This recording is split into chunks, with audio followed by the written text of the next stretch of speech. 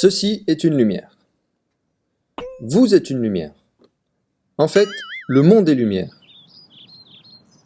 Je m'explique. Il y a le soleil, les ampoules ou les flammes qui génèrent la lumière. Et puis il y a vous, les collines ou les fleurs qui reflètent la lumière.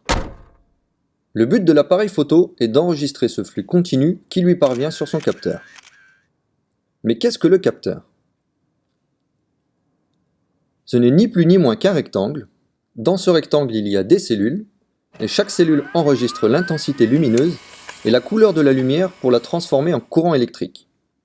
Plus le capteur est grand, et meilleure sera la qualité de la photo. Les cellules y seront plus nombreuses et surtout moins serrées. Mais avant d'aller se coller au capteur, cette fameuse lumière doit faire tout un petit bonhomme de chemin. Elle part du soleil et souhaite se rendre chez moi ou plutôt sur mon capteur d'appareil photo.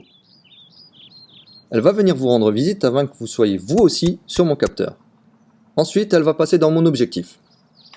Et là, premier obstacle rencontré, le diaphragme. Il sera plus ou moins ouvert. Comparez-le à votre pupille. Plus elle sera dilatée, plus la lumière passera facilement et inversement. Vient ensuite le miroir. Elle s'y reflète et me permet de savoir ce que je vais prendre en photo. Mais il l'empêche d'aller plus loin. J'appuie donc sur le déclencheur et le miroir se lève. C'est maintenant une course à la montre. Il faut que la lumière arrive à passer entre les portes coulissantes de l'obturateur.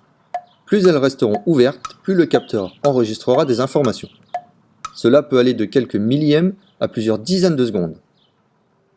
Et voilà, la lumière peut enfin toucher le capteur.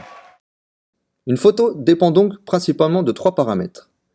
L'ouverture du diaphragme, la vitesse d'obturation et la sensibilité du capteur, aussi appelé ISO. Finalement, vous verrez qu'ils influent les uns sur les autres. Dans les prochaines vidéos, vous découvrirez plus précisément le rôle de chacun de ces acteurs.